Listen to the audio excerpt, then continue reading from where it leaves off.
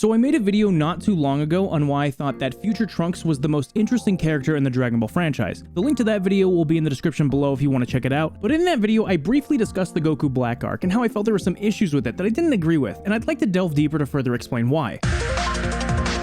Right off the bat, a lot of characters are not utilized very well in this arc, as well as some new faces. For example, Krillin and Piccolo being sidelined from the beginning of the arc by essentially being demoted to maids is absurdly disrespectful to some of the grittiest characters in the series. These are two characters that time and time again have put their lives on the line against threats far more powerful than themselves just to help by any means necessary. Now, I'm not saying they needed to play a more pivotal role in the arc, but Toriyama should not have disrespected these characters like this. If anything, just don't include them in the arc at all. Instead, what we're left with is two characters who are solely there for comic relief, and it doesn't even work that well. Goku and Vegeta being involved in the arc is completely fine for reasons I don't really feel I need to elaborate on. The involvement of Beerus and Whis is alright somewhat. They allow the plot to derive from a more deeply rooted conflict of a god's role in the universe, but unfortunately do very little to expand on the idea and actively hurt the arc by brushing over the topic in full during the second confrontation with the Zamasu of the main timeline. Zamasu is the first big problem I have with characters in the arc, and unfortunately I don't know what could have been done to fix his character. His philosophy and driving force as a main antagonist of the arc feel more like that of a final villain that had been built up since the beginning of a series. But due to the nature of Dragon Ball and especially Super, the time between his reveal and his demise is way too short to fully dive deep into his beliefs and motivation.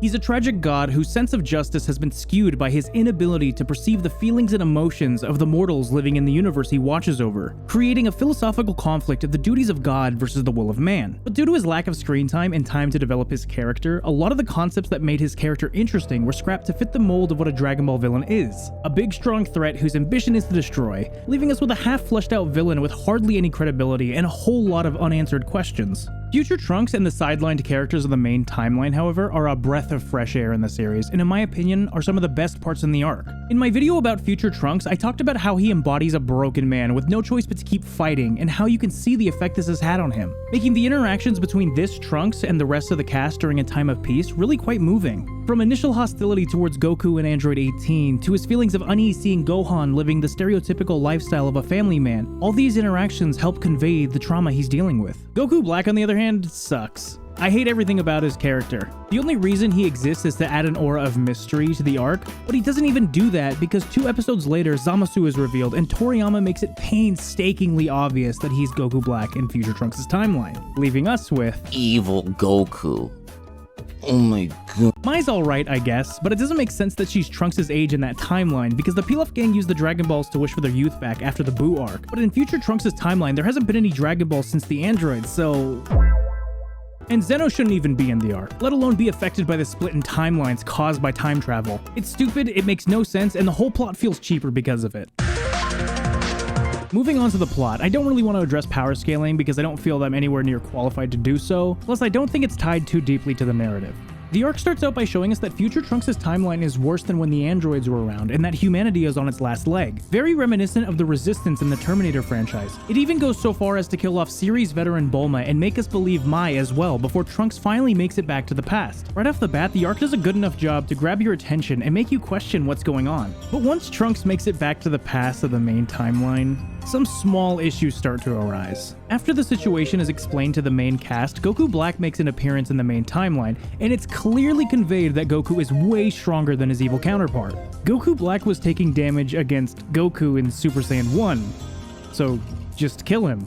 Super Saiyan 2 or 3 would have been way more than anything Goku Black has ever fought against, and Trunks already conveyed the severity of the situation in his timeline, but whatever, Goku just being Goku, I guess, starting out slow and running out of time. Eventually Goku Black gets sent back to his own timeline because his ring ran out of data or something, and the plot building continues. Beerus and Whis both recognize Goku Black's aura and the ring he was using to move through time, so they take Goku along to investigate. Vegeta trains, and we skip to the interactions Future Trunks has with the characters of the main timeline, which I praised as a strong point of the arc earlier. But as the plot starts to unravel, a whole lot of things start to make no sense. The time travel loops that led to the existence of a total of 3 Zamasus makes no sense whatsoever and creates a bunch of paradoxes to the point where the plot of the arc shouldn't even be happening in the first place. Zamasu makes so many brain-dead decisions that it starts to feel like we're no longer watching the actions of a god. Like when he interrogates Zuno, a guy that knows everything, and only asks about the Super Dragon Balls. And while we're on the Super Dragon Balls, you know, the ones that can grant any wish, Zamasu uses those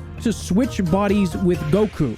I am almost certain that even Earth's Dragon Balls could do more than that. Beerus being dead in Trunks' timeline because his life is linked to the Supreme Kais is stupid because Universe 7 had multiple Supreme Kais, and at one point or another, they all died or didn't exist. Buu killed most of them, Old Kai was trapped in a sword, Shin and Kibito fused into Kibito Kai, so there was a point in the main timeline where Shin, the one Beerus is apparently linked to, didn't exist because Potara fusion creates an entirely new being. But no, apparently if Shin dies, Beerus dies. And Black apparently learns how to go Super Saiyan, but because of his God Ki, it's pink, even though a Super Saiyan transformation using God Ki is already something that's been established in the series.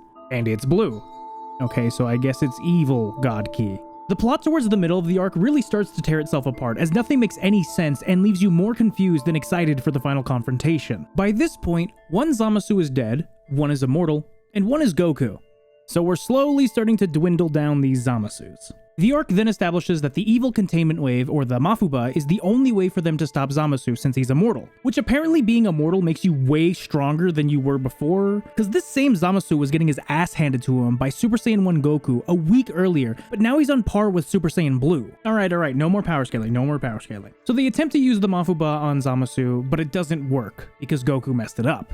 So if the arc didn't want Zamasu to be defeated by the Mafuba, why did we spend so much time on it in the first place? Like, what was the point of even including it in the arc? But whatever, let's move on. So the Mafuba failed, leading us to Goku and Vegeta fusing with the Potara earrings, only this time, the earrings only last for 1 hour? Kibito and Shin had to use the Dragon Balls to unfuse because Potara fusion is permanent. That's the whole risk of them in the Buu arc. What's the point of the fusion dance when this is faster, lasts longer, and isn't permanent? Oh wait, there is none. There are ways to introduce new interesting plot mechanics and techniques that don't immediately devalue their predecessors, but I guess we're just gonna ignore all those options. So Goku and Vegeta fuse using the ultra convenient and temporary Potara earrings. We are now 3/4 of the way through the arc, and we've arrived at Vegito Blue versus fused Zamasu. Oh yeah, Zamasu fused with himself. Neat. But in Dragon Ball fashion, the timer runs out before they beat Fused Zamasu, even though they were destroying him. But don't worry about it, look over there! Trunks is using the Spirit Bomb. Who taught him that? Is there a moment where we see that he's learned the Spirit Bomb? Do we care? Does it matter? Are we just doing what we want now? Okay. So Trunks performs the Spirit Bomb, a technique he's never learned, and he absorbs it into his broken sword and one-shots Zamasu. I am not making this up. A Spirit Bomb, made out of the energy of 15 people, by a guy that cannot perform the Spirit Bomb. It's absorbed into a sword that is used to defeat an enemy so strong that Vegito Blue could not defeat him, and it destroys him. Buu was pushing back a Spirit Bomb made by an entire planet's worth of energy, and this 15-person impromptu Spirit Bomb destroys Zamasu. But apparently it only destroyed his physical form. So now because Zamasu was so evil, he's apparently a storm that's gonna destroy everything. And Goku decides to call Zeno and have him delete the entirety of Future Trunks' timeline. So the solution to the entire arc was to nuke the timeline altogether. But because that Zeno was from Trunks' timeline, it ended up cloning Zeno, a character that existed outside of all universes, was cloned, meaning that the main timeline now has 2 Zenos. I'm done, dude, whatever.